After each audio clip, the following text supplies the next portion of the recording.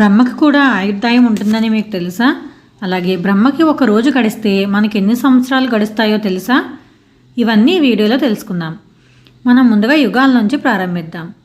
మనకు 4 యుగాలు ఉంటాయని తెలుసు కదా. కలియుగం, ద్వాపరయుగం, త్రేతాయుగం, కృతయుగం. ఈ 4 యుగాలు కలిపితే ఒక మహాయుగం.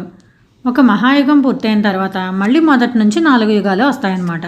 ఇలాంటి మహాయుగాలు 71 కలిపితే దాన్ని ఒక మన్వంతరము అంటారు. ఇలాంటి మన్వంతరాలు 14 కలిపితే ఒక కల్పం. ఈ కల్పం బ్రహ్మదేవునికి ఒక పగలు.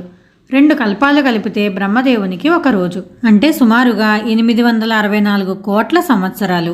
అలాంటి 360 రోజులైతే బ్రహ్మదేవునికి ఒక సంవత్సరం. అలాంటి సంవత్సరాలు 100 కలిపితే బ్రహ్మ యొక్క ఆయుష్. ఆ 100 సంవత్సరాలలో మనం ఇప్పుడు 51వ సంవత్సరంలో ఉన్నాము.